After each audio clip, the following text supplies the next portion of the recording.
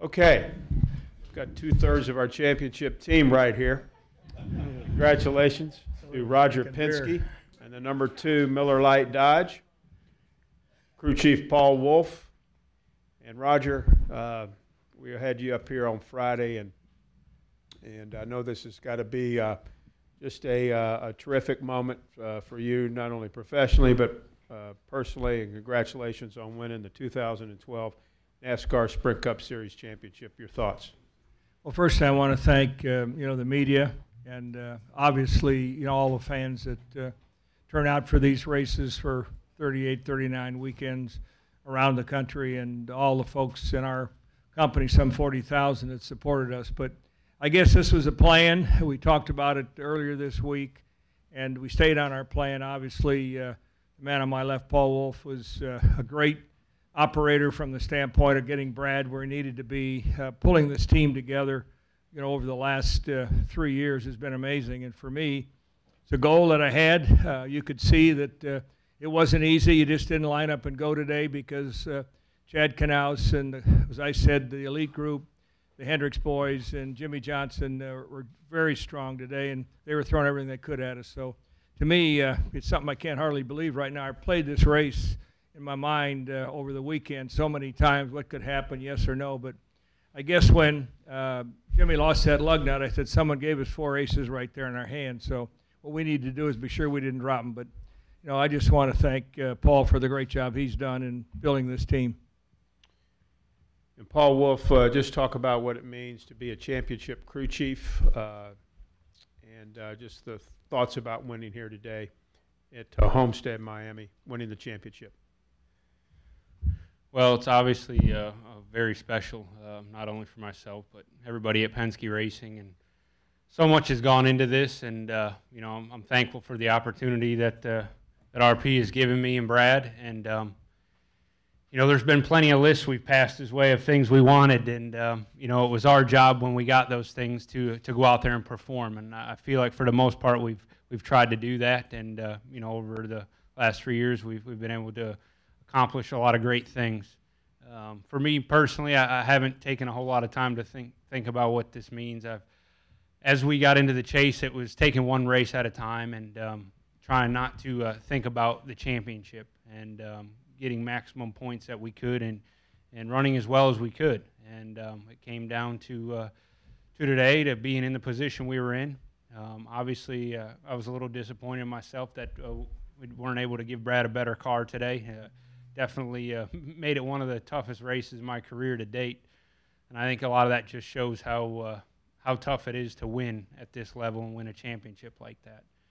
And to be able to battle with Chad and Jimmy, in this championship even makes it more special to me, just knowing how great those guys are and what they've been able to accomplish. But I don't know, it's going to take some time to sink in, but just real proud of the effort. It was exciting to be able to get Dodge a championship, being they're leaving the sport this year. It was very cool, and all the support they've given us to make this happen over the last 3 years. So proud of the effort, and we'll have to see how I feel tomorrow morning. Let's start up here with Ed Hinton, and then we'll go to David Caravello, and then to Lee. Go ahead right here. Where's the wireless mic, please? Ed, David, Lee. Ed Hinton, ESPN.com. Roger, over the years, especially in IndyCar racing, you've had an awful lot of awfully big sponsors. You've had some drivers give them a lot of bang for the buck, Rick Mears and the LEO for Marlboro, etc. But have you ever had a driver give your sponsor more bang for the buck than Brad Keselowski did on his live sports interview a while ago, while he was cheerleading the crowd and telling his life story pretty much in good down-home tavern talk? Well, that's good. I think that I saw him as a great driver, a good tactician. I didn't realize he was commercially viable. I guess he was tonight. Let's go to David Caravello, and then to Lee Spencer. David Caravello, NASCAR.com. Paul, it sounded like on the radio in those final laps, you guys really wanted at least 16th to sort of remove any sort of thought that you guys might have backed into that. Was that the case? Yeah, it was funny. you know, when we pitted there, and Brad came over the radio and asked what position we were in, and I told my my engineers up on the box, communicate between them. I said, you know what he's thinking? He's thinking he wants to finish 15th, because at that point it didn't matter what happened to the 48, and that just shows the dedication and what you know, what this means to him. And sure enough, it wasn't but a few laps later when he came over the radio and said that. And I don't know, we just think a lot alike, and I knew what he was thinking at that point. And I think that as bad as we ran tonight, that made it more special that we were still able to finish 15th regardless of what happened to the 48. Let's go to Lee. We'll go back to Paul, and then Joe Menzer. Go ahead, Lee. Lee Spencer, Fox Sports. Congratulations. Roger, no one would ever question your dedication in all of this, but when you look at the kind of person that Brad is, does it make you want to just invest yourself even more because you want to get behind this kid because of who he is? Well, I think, you know, I said it before here, I guess on Friday, it's not how much money you put in your race team, it's all about the people and the human capital, and I guess Brad's right at the top. And when he came in and said, look, I want to help you build a championship team, and he looked me in the eye, shook my hand, and that's how we started. And there's no question that he's delivered, you know, way above what both of us probably thought was possible when you look at the competition and what we have to deal with. But, you know, he's a great leader on our team. You know, obviously I remember I said, I think earlier, that he said, I'm not helping Kurt Busch enough, meaning that he wasn't good enough at that point. But you know, when he took over the leadership of the team, I said to him, you're going to be the leader of this team, and I think that you've seen what's happened. And he hasn't missed a step. He's galvanized the team from the standpoint of the leadership with Paul and the whole team, and I think that never does he miss a day coming in the shop, putting his arm around the guys, and that makes a big difference. You know, you can be a big shot, but you got to get down on the ground and work with the guys that are doing all this work day in and day out. And I guess for me, this is what I love, taking people within an organization and see them flourish, and he certainly has today. Let's go in the corner to Paul. We'll go to Joe Menzer, Bob Pockris, Jennifer Fryer. Go ahead, Paul. Roger, it's Paul Kaminsky from CBS News. Over here, Roger. Oh, sorry. No problem. I Hey, know who you are. I just looking to apologize. Yeah, no sweat. How much of Mark Donohue do you see in a guy like Brad Keselowski? Both great setup on cars, and I mean, Mark got you your first NASCAR victory, and Brad got you your first championship. Talk a little bit about that, because you have a pair of eyes that nobody has. You could see things, you know, that other people, you see further down the road than a lot of us. Well, I guess when I compare the two, you know, these are guys that, you know, would work in the shop. I remember many nights, you know, Mark Donohue would work all night in the shop, then get in the truck and tow the car to the races. And that's the kind of background that Brad had with his dad and his brother and uncle and what have you. And I think that, you know, Brad has become a technician. I mean, he's he's engineering savvy. Obviously, Mark went to Brown. Brad didn't have that opportunity. But I see them as pure team players. And I think that's the great teams. You look at Jimmy, you look at Jeff, you look at Earnhardt, all these guys that what they built, the camaraderie. Think about Earnhardt Sr., you know, and Childress. You know, these things grow together, and I think that's what we did with Mark, and obviously that's what Brad has been able to do for our team. So I see him a lot like that. That they're the glue, they're the builders. Let's go with Bob Pockris, Joe Menzer, Jennifer Fryer. Bob Pockris, Sporting News. Paul, how dire a situation did you think you were in when you knew you were going to have to pit one more time and Jimmy was leading? Well, I knew we, you know, it wasn't going to be easy, and you know, we weren't in the best situation we wanted to be in. But like I said before, part of that's just I wish we had a little more speed in our car tonight. I thought we would have, but at the same time, I think we were just being smart, and you know, it wasn't a great feeling. I can tell you that it definitely wasn't. But at the end of the day, like I said, regardless if the 48 went to the garage or not, we were able to overcome that by taking the 4 tires and pitting twice for fuel, and being able to work our way back up to 15th. Joe Menzer, Jennifer Fryer, Louis Frank. Joe Menzer, NASCAR.com. This is a simple question for either one of you. What'd you do with Brad? I'm not sure. They had a lot of people moving us around out there. He's out there somewhere still, probably drinking Miller. Nah. No, he's doing an ESPN deal right now. Oh, okay. But on a more serious note, Paul, that when Jimmy came in and topped off, you guys elected to stay out. I mean, you just talked about it a little bit, but how difficult of a decision was that, and were you worried that was maybe going to come back to haunt you? Well, it was tough. I didn't realize, actually those guys were going to give up all that track position and come pit. So when they all came and we didn't, it was definitely put us in a situation. We felt like there was a pretty good chance of a caution, but it kind of all played out the way it did. So probably wasn't, like I said, wasn't our best race we put together during the chase, but we had great reliability through this chase, and we're able to be around there at the end, and sometimes that's just as important as having a fast race car. Let's go Jenna Fryer, Lewis Frank, Mike Embry. Jennifer, AP, I have two questions. I'll ask them one at a time. Roger, now you finally have your first Cup championship. How do you feel? And I mean, how do you feel? Don't give me all this stuff about the organization and how happy you are. Well, personally, I feel amazing that I've been able to achieve this. In racing, I've awed at the people have been on that stage for so many years. I think in New York and also in Las Vegas, and to be able to join this elite group and say that I'm a champion in NASCAR means a lot. And certainly, it takes, as I said earlier, a lot of people. But I think it took the guts for me to stay in the sport. We could have thought, well, we won the Indy 500 15 times and we're a big deal, but I'll tell you one thing, until you get here and you compete at the top and win it, you really know what's happened. And I think I just woke up here, tonight, and it's a big thrill. Thank you. And Paul, when you were teamed with Brad, you got a pretty raw driver who was, aggressive, and he sort of built a reputation. You won a nationwide championship with him, and now 3 years later you got a Cup championship. And the stat, if you bear with me, he won it in his 125th start, and the number before that, the only number that beats it is Jeff Gordon, who won it in his 93rd start. And then, if I'm not mistaken, you two are the only two who now have a nationwide championship and a Cup championship.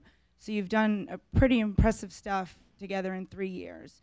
Did you think that you two could do that together in 3 years, a pretty short time, especially considering, as I said, what you got when you got him? He was pretty raw and had a long way to go.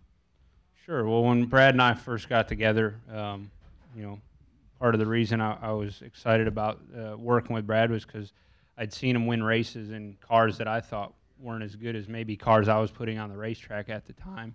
And as a crew chief or a team, that's always what you want. You want a guy that can win races when you might not have the best race car out there.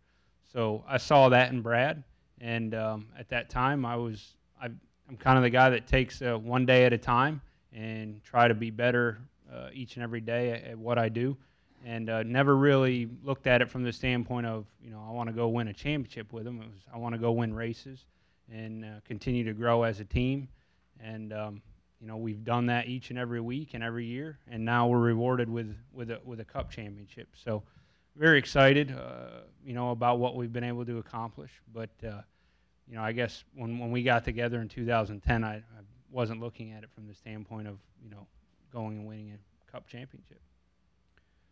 Let's go Mike Embry, then we'll go to the press box, and then we'll come back down. Go ahead, Mike. I'm sorry, Lewis. Let's go Lewis and then press box. Lewis Frank, Reuters. Roger, it follows on in Jenna's question, but when Robert Yates won the championship with Dale Jarrett, he was a respected engine builder, had won many races in NASCAR and won Daytona 500s. But he said that as an owner, it puts you in a very special club, and I'm wondering if you thought about that, and are you going to change your license plate? Wow, that's it was head of Indy 1, right? I guess I put NASCAR 1 on it now. I guess that might be right. No, it's a special position to be in as an owner, and obviously, as I said before, it's a goal that I wanted to achieve, and I tried hard. We were close in '93 with Rusty finishing second, and then third in '94. That's a long time ago. The competition has gotten tougher, And I think that any one weekend there's 10 or 15 cars that can win. And I think for us to be able to, have the continuity, and it's a team. We've built a special team here, and I'm proud to be the leader. But on the other hand, we delegate down to people like Mike Nelson and Travis, and obviously Paul and Tim Cindric gets a lot of credit for kind of putting this whole thing together. So when I can be part of that group and then say that we're at the top of the sport in 2012, it's a goal I'm sure everybody wants where they want to be. Let's go press box. Viv Bernstein, New York Times. For Roger, I hate to throw more numbers at you, but Brad is, I think, the third guy in the last 28 years to win when he was in his 20s. Jeff and Kurt Busch also were in their 20s, and they won. What do you see in his future? Is this just a beginning? Do you view him as a guy who can, win multiple titles? And I also, I guess, wonder about your future if you're in it for the next long haul as well. Well, I think you said it. Jeff Gordon's the only one that won the championship at that early age, and you can see he's won multiple championships. And I can tell you this, that Paul already said to me, we got to go to work Tuesday morning and get ready to go next year. So it doesn't take long to have it sink in, and we got to think about the future. So obviously Brad's got not only the raw talent, but I think he's a thinking driver. I think his windshield's bigger than people realize. He knows what's going on and takes care of his car. You could see it on the restarts today. He wasn't going to, go and over-rev the engine, maybe lose an engine because of a valve spring. But I think he's going to be a multiple champion, and I hope that that Paul and the team can continue to grow on the success we had this weekend and this year, and we can go on and do it again. As far as me personally, I guess I'm going to come to the races for as long as I can. I don't have a deadline. I don't have a number. I guess at this particular point, this racing keeps me young. So my number is one I don't talk about, but I need a couple of more championships, sure. Press box, go ahead.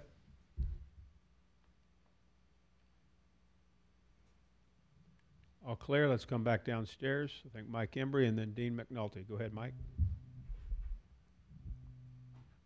Paul, the race clicked along for quite a while with you and the 48 both running in the top 10, and there was no space for them to make up that distance. When did you begin to think, okay, those guys are going to do something different, something unusual to try to create at least a possibility of making up the space? Well, I wasn't really sure. We were kind of holding our own there. I felt around 7th or 8th, and we had a small little hiccup on a pit stop and lost a little track position. And Brad was got back after it after that stop and got ourselves back in the top 10. But it seemed like our car just started to fade there a little bit, and I don't know if that was from him, pushing it real hard, trying to gain back what the spots we had lost in the pits, but at that point, obviously the 48 was slowly working their way to the front, and knew that it wasn't going to be easy, and we continued to work on our car and adjust on it, and we were hanging right around the edge there, but thought we would be much closer to the top 10, but we just kind of got ourselves in the situation we were in, and we got off there, like I said, on that fuel strategy there at the end when they all decided to come down. But with cutting the last run in half basically and coming for tires and fuel, we were able to make some of that ground back up, and I think that was definitely what helped us there at the end. Over to the left, Dean. Dean McNulty, the Toronto Sun. Roger, you talked Friday about Brad constantly giving you lists of things for the team to accomplish. Has he given you one yet for 2013? Well, it's not only Brad, it's Paul. And I think that he told me I'd have a list on my desk by Wednesday. So I'm sure they didn't want to give it to me already. Come on in here. You bringing a list? I didn't want to lose it. Yeah. Did you bring your tweeter, did you? That's all I want to know. Hold on, right here. It's heavy. Oh, no, it's not. Hold on. Paul's wearing some of it.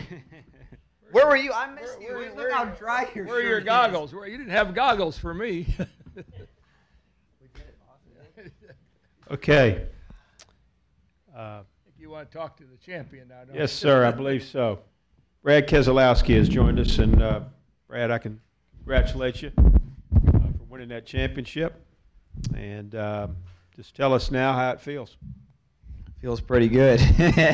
Feels really good. I can't believe I can't believe how everything just came together over the last, what's it been, 3 years? Has it been 3 years we've been together? 3 years Paul and I have been together. We're 2 for 3, Paul. You know that, right? I was just thinking about that. 2 for 3. That's 60, what is that, 666 average? Well, I don't want to round up there, but that's pretty good. And you know what? I feel like the best is yet to come. I really do. I feel like this team, with these 2 people sitting next to me, that we can do anything we set our mind to if we work together like we have over the last few years. I really do. And I just feel so fortunate to be where I'm at right now in life and with racing, to have guys like this around me, because you're a product of who you surround yourself by. And I'm surrounded by the best. And that's as sweet as life gets, to know that you have people around you that can make up for you when you make mistakes. Because we all make mistakes, and I make a ton of them. But I know that when I make them, I got people that got my back. So thank you, guys. Take questions now. We'll start with Jay and then go to David. Jay Busby, let's get the wireless mic, please. Not Jay Busby. Yeah, go ahead, Jay. I'm sorry. Jay Busby, Yahoo Sports. Brad, can you sum up your season in 140 characters? Well, that was going to be at 3 a.m. Oh, man, I'm almost out of characters. Let's see. Well, you know, starting from Daytona. We obviously didn't start Daytona the way we wanted. Got caught up in a wreck. But we knew we had some speed in our cars as the middle of the season and the spring came through. We had them fuel issues. We rallied deep, found a way through them. And when the summer stretch came, we didn't have the speed we wanted through the summer. But what we did have was execution that was incredible. And I knew it right away. I remember some of them races, the spring Pocono race. You remember that, Paul, where we had them troubles on with some part on the car. And we fixed them and came back from what should have been a 30-something place day and finished like 16th.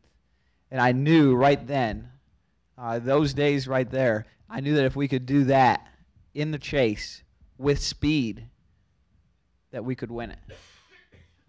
And then obviously as Michigan and some of those other races unfolded and we continued to work on our car and showed the speed that we did at Chicago, I knew that we had a shot at it. And obviously winning Chicago was a huge catalyst, but once we won Chicago, I felt like we could do it. I really did. And I knew that we had the speed, so many mile and a halves in the chase, and all of them are in a way like Chicago. And I felt like at that moment that we had a group that could get the job done. David Caravello, George Diaz, Mike Embry. Go ahead, David. David Caravello, NASCAR.com. Brad, you sat in here Thursday and heard Jimmy talk over and over again about how at some point you were going to feel the weight of this race. Did that ever happen? I don't know. Did that happen, Paul? It's not fair for me to answer because I'm just going to say no. I mean, I don't feel like there was ever a part before the race where I was stressed out. I was stressed out over that yellow flag cycle at the end because, you know, obviously the right call there was probably to pit. But that's not the way it played out for us. I'm so thankful that we drove back to 15th so that I don't have to hear for the rest of my life about how if the 48 had not had them problems, he'd have won the championship. So thanks, Paul, for doing that. You know, there were some doubts at that moment when that whole cycle was going through, and you just don't know who's on what strategy. I don't know. I'm driving a car, and I'm listening to them, and I can hear their voice, and their voice wasn't real confident. I can tell you that. So I got to rewatch the race, and then maybe I'll have doubts then. Does that count? You ever do that? You ever watch a race, and you know that you know what happens at the end, and then you're like, no way, that can't happen. Yeah, maybe I'll have doubts then. Let's go with George. Over to the left, George, and then Mike Embry. Yeah, over here to your left, Brad. George Diaz, Orlando Sentinel. Did you have, after Jimmy had that problem, did you have that kind of exhale moment where you figured, hey, I got this? type. Just describe your emotions when you I found didn't out know Jimmy. what kind of problem he had. I knew he had a loose lug nut, but Yell comes out, he's right back in the game. So that was to the extent that I knew.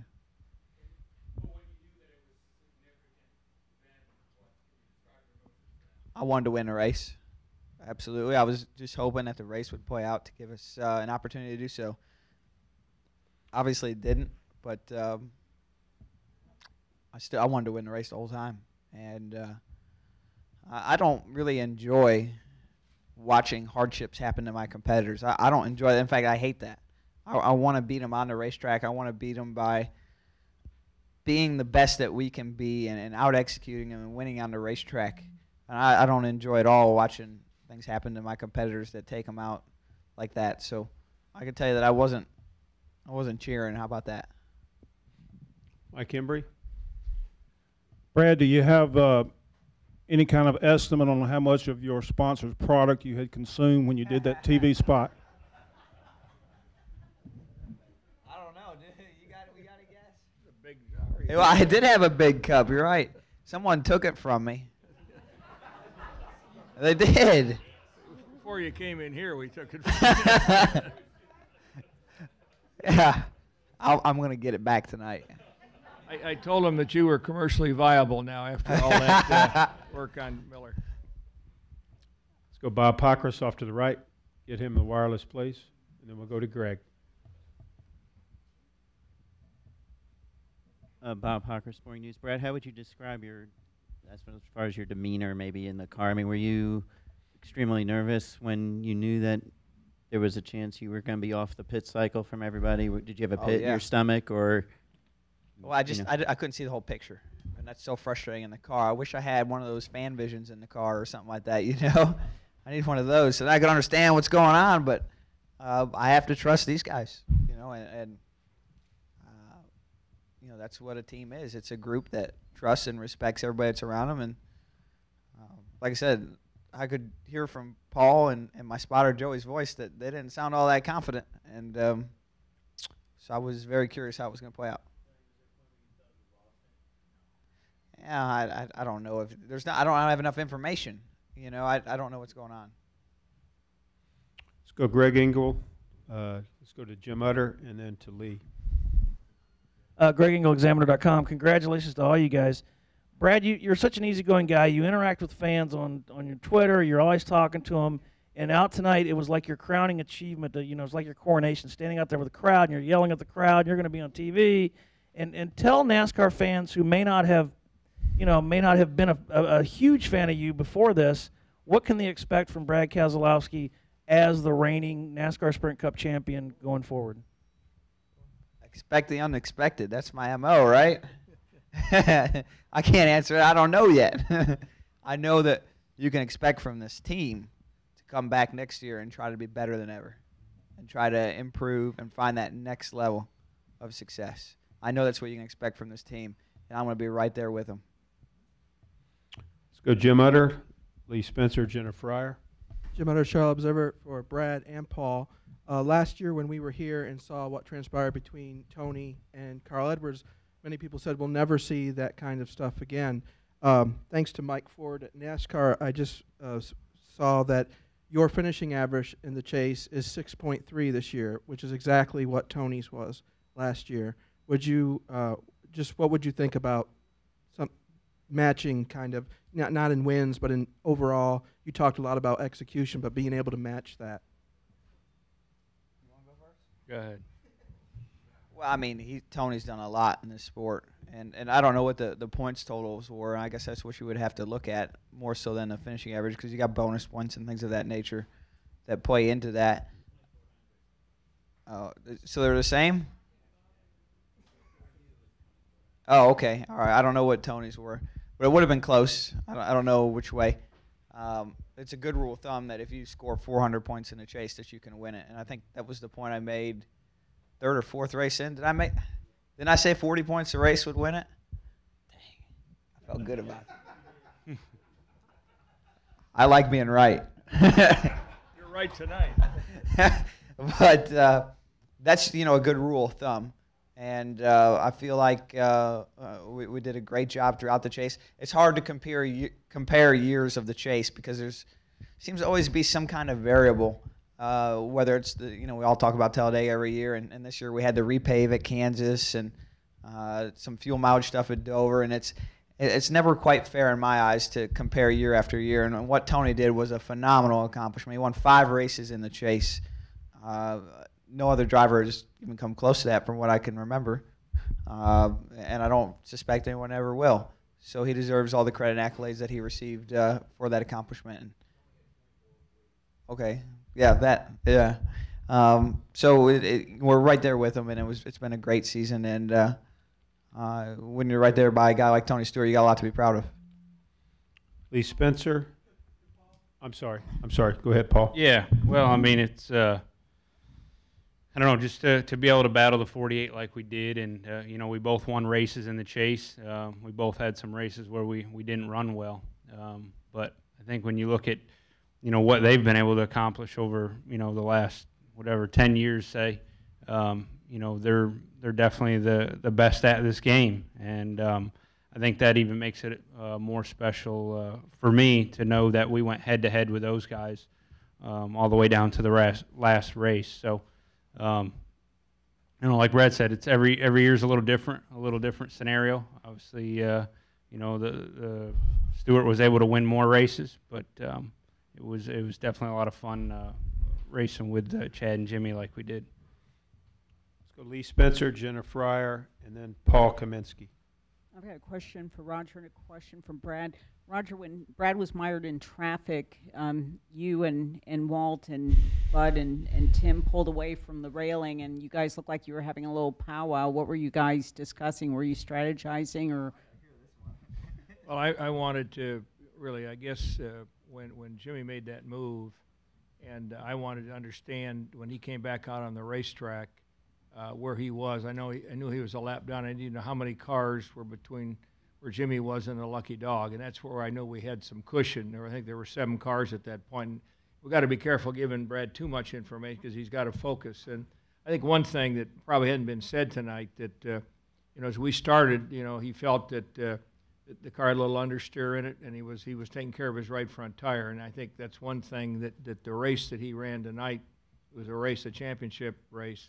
And we always wanted to be fast. You could see the car at the end when it was time to go, and even at some of the time we had to catch up. But we were just talking about that, and then deciding, to communicate back to the guys in the pits. They knew that, and I even felt at the end that not everybody was going to have to make a stop. So we had a good chance that we'd be able to pick it back up, even if Jimmy was out there. So, I was trying to stay as calm as I could. It wasn't easy, so I had to get some people around me to help me.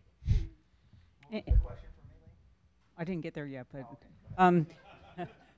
Joey said something to you on the radio, which I found curious. He said, "All I can remember is what part of he doesn't have any brakes. Don't you understand?" Oh, I gotta tell this story. Oh, this is a great story. You've never heard this one, Roger. I'm anxious. Joey is my spotter. Joey Meyer, 2Spotter on Twitter if you want to follow him. And the first time I worked with him was it was the first couple of races I worked. I'm not going to say it was the first time. It was really close to the first time.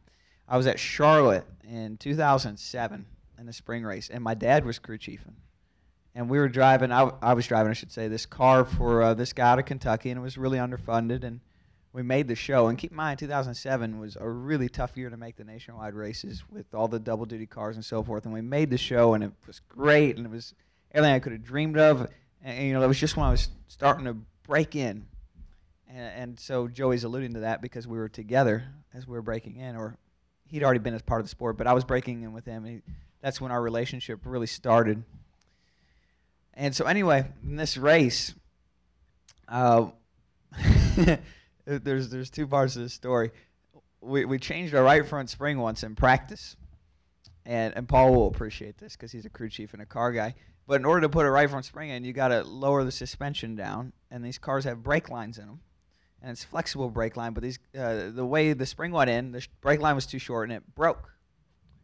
So we changed the spring, and I went out on the track. And about that time, the yellow came out for practice, somebody wrecked, and it was right at the end of practice. And so practice got canceled right there. But I was already out on the line. And for those of you that have been to Charlotte and know how that works, at the end of nationwide practice, Cup qualifying begins. And so for whatever reason, I don't remember exactly why, instead of doing a lap around the track and return to the garage, everybody did like this half lap backwards down that quarter-mile track they have at Charlotte. Well, I didn't realize I didn't have any brakes. So we grabbed like second or third gear. We're going like 65 mile an hour backwards around this racetrack. And I make this right-hander into the quarter mile. And the whole Cup field's there for qualifying. I mean, the whole Cup field. And I'm going like 60 mile an hour. And I go to hit the brakes. Nothing. And all I can see is all these people, all these cars, and Jeff Gordon's car is right in front of me. I got no brakes, and I'm out of control. So I make this hard lap and go through the infield, and I'm just tear this car all up. And the record driver comes and gets me, and he yells in the window in this very southern voice, you know, a couple obscenities with basically saying, "What were you doing?" And I'm like, "I didn't have any brakes." So as it would happen, we replaced that brake line with another brake line that just happened to be even shorter and broke in the race. So we get in the race, and we do this first run in the race, and I'm running pretty good. I'm running like 15th or 20th, which, again, for where I was at in my career was great. You know, it was awesome. That was all I could ask for. And there's a green flag pit cycle, and getting ready for the green flag pit cycle, and I push the brakes. We're halfway through the run, and the brake line breaks off this car. And so this car won't stop. So we talk about it for 15, 20 laps. And we're talking about, well, when this green flag pit stop comes, you know, we're going to have to get the car stopped because the car's not going to stop. You know, it's got no brakes. And we get on pit road, and I go to pull into my pit stall.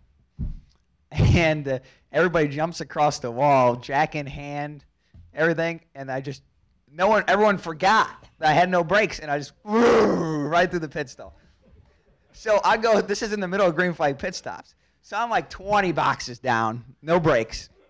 So the whole crew runs over and starts to push the car backwards.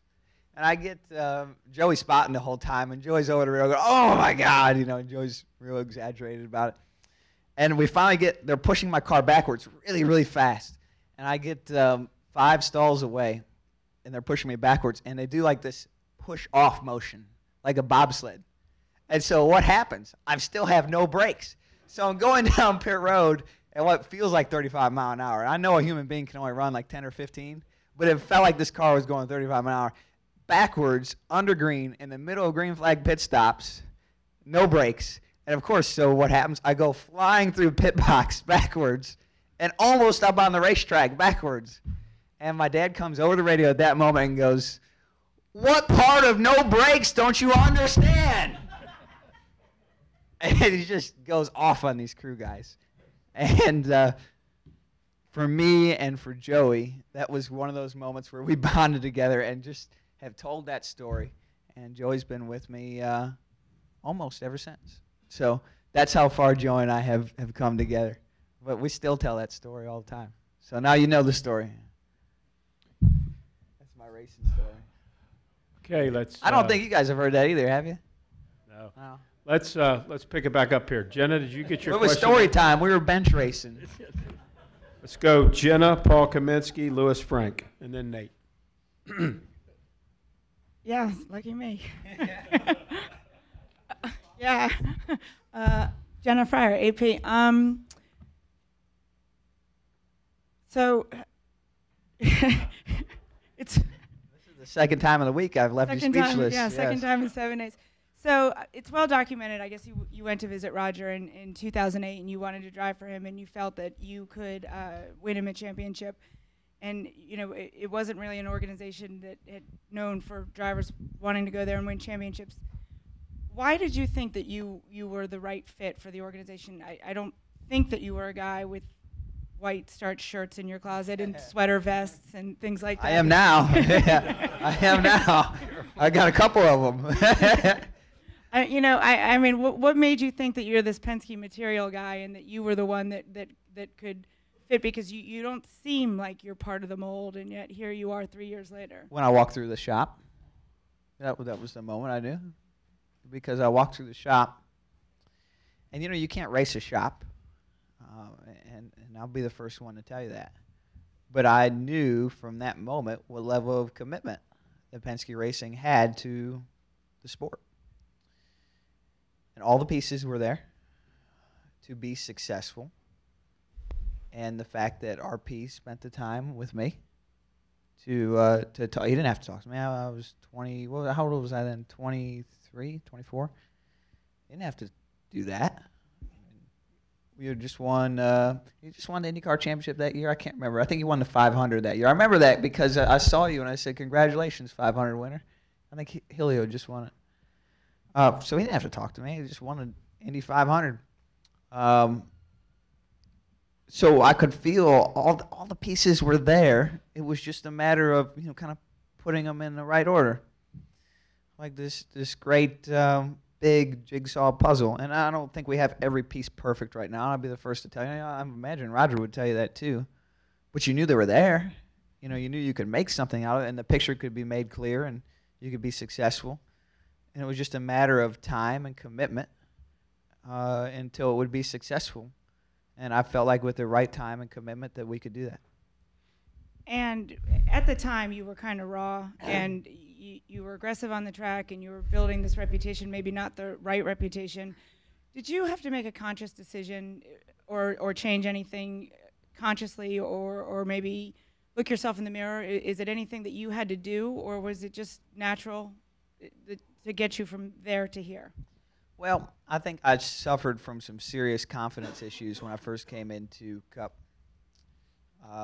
that were a result of, a lot of things, mostly just not having the speed to be successful and trying to do too much. I was trying too hard to be the I in team, and there is none. And that's pretty obvious looking back now, but I didn't know that. I do now, but it's not until you have the group around you that shows you that you don't have to do all the work, that you can share it, and that as long as you respect them, care about them, and work with them, you can be successful. And that's something I had to learn on my own. I never had anybody to teach me that. Nobody ever taught me about teamwork.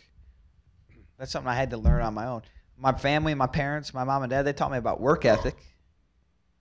They taught me what it meant to be a part of a family that had each other's back, but it's a lot different when you're not family.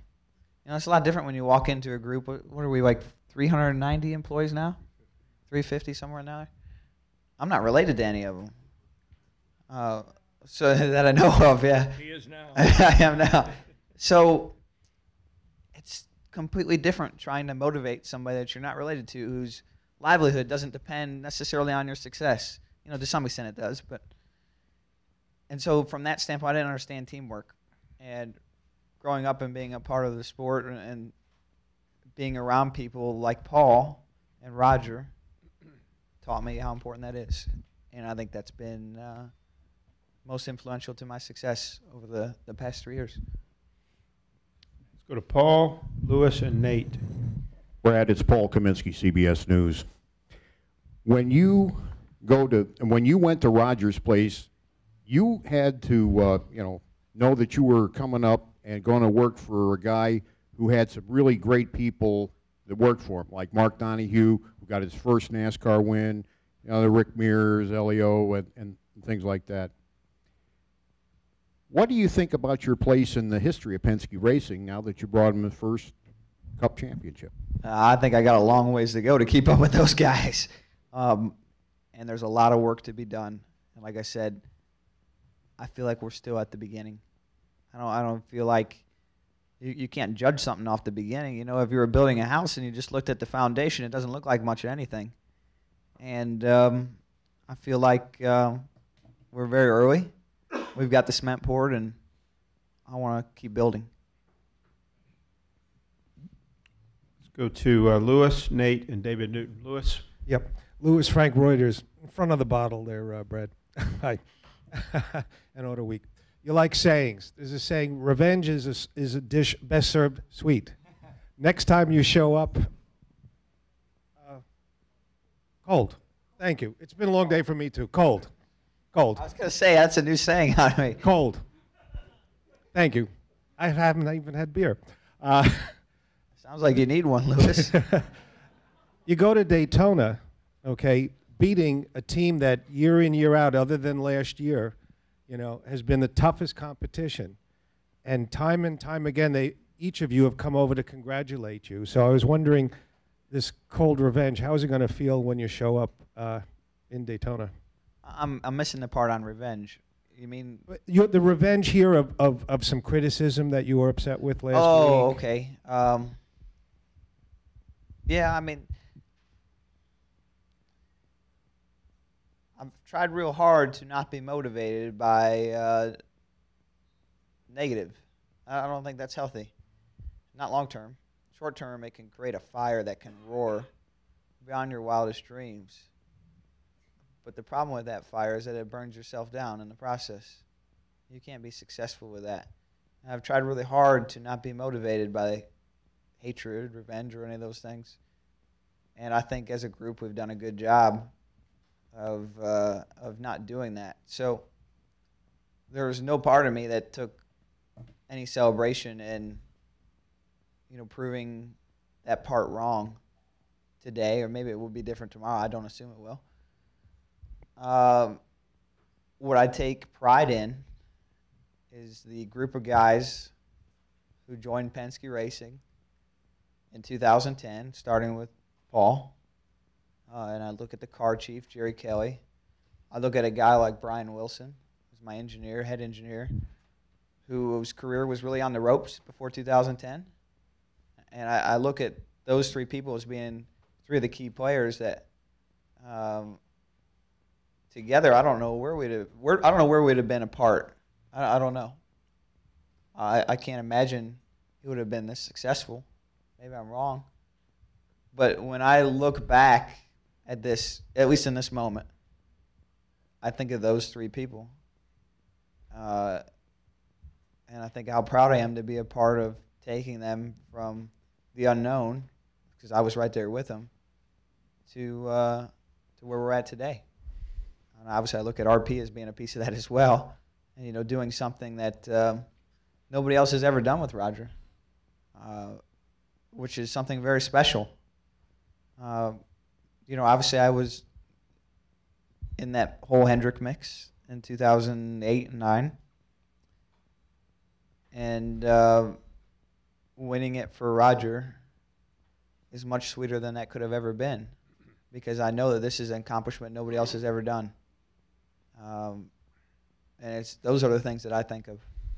Not any revenge or anything like that. I'm not motivated by hatred. Let's go to Nate Ryan, David Newton, and we'll end with Mike Brudnell. Nate Ryan, USA Today. Straight ahead, Brad. You're going to be a champion like NASCAR's never had before, obviously by default because you're 28 years old and first generation Y guy, but also because of, like you said, expect the unexpected. Jeff Gordon was in here earlier and says you're going to do a great job as the ambassador, but he also said a championship changes you, it matures you, it makes you a different person. How are you expecting that being the face of NASCAR might affect you and change you? I don't know. I'm going to meet some cool people. I've always wanted to date a celebrity. I'm just throwing that out there. That'd be really cool, don't you think? I mean, do I have to pick one? Maybe I shouldn't have said that, Kerry. No problem.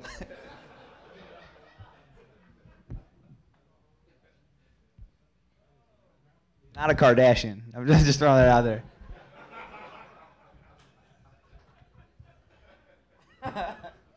You're married. It's okay, Paul. Let's go. Did you get what you needed there, Nate? Pretty good, I thought. Let's go, David Newton, and we'll end with the Michigan man, Mike Brunell. I'm David Newton, ESPN.com. Brad, first of all, can you tell us how many Twitter followers you've picked up tonight? Did that change? No. Let's check. I think I started at 328. Guys, you take so much stock in the amount of followers. Hold on. It's probably not that many. Okay, so 6,000. That's something. That's good. That's something. 6,000. And Rick, Roger, you compared him to Rick Mears, I guess, a couple days ago. When you see what you've seen over the last couple of hours since Victory Lane celebration, do you want to amend that? How do you describe that? And for a guy that's rather conservative like you are, how do you deal with that? Well, you know, maybe I act conservative, but I like to have a little fun too. And I think that when you've won the NASCAR championship, the driver, we kind of give him a little wider path, and he's certainly taken it side to side. So I think it's all good. Off to the left, we'll have our final question from Mike Brudnell. To both you guys, Roger and Brad, the folks back in Detroit, I know, are really proud of both of you and would probably like to have a beer with you, Brad, for sure. What do you say to them? It's been tough up there, and you know, champions have been rare in recent years. Are you taking that one, Roger? Well, both. This is for both of you. Oh, for both of me? Wow, what do I say to them? Oh, I don't know what to say. At some level, you hope it somewhat speaks for itself. That if you work hard enough, long enough, that things will find a way to happen. And I'm proud to have accomplished this goal with another guy that takes the community in that area so seriously. I know RP does. I think we all know that. And that makes it that much sweeter. But I don't know what to say to them or to anyone in that area. I just hope that it speaks to them and that it helps them find happiness. Mike, obviously, my commitment to, downtown Detroit started with the Super Bowl back in 2006 and spent 5 years getting ready. And it was interesting. We had a great Super Bowl, and I got to know a lot about the city. And there's no question that, we've been through some tough times. But when I see the renaissance that's taking place there now, it's amazing. The companies are moving downtown, the young people are moving downtown, and for us to bring this NASCAR championship, I'm not sure, it's not Charlotte where people understand the sport.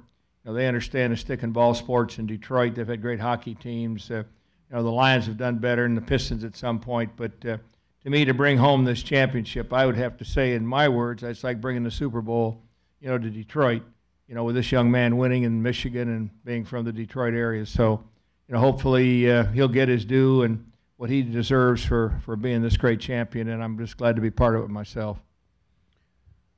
Congratulations go out to number 2, Miller Lite Dodge, driver Brad Keselowski, crew chief Paul Wolf, and owner Roger Penske. Well deserved, and I think we're going to have some fun with this championship team. Thank you. Can't wait to see you guys in Vegas.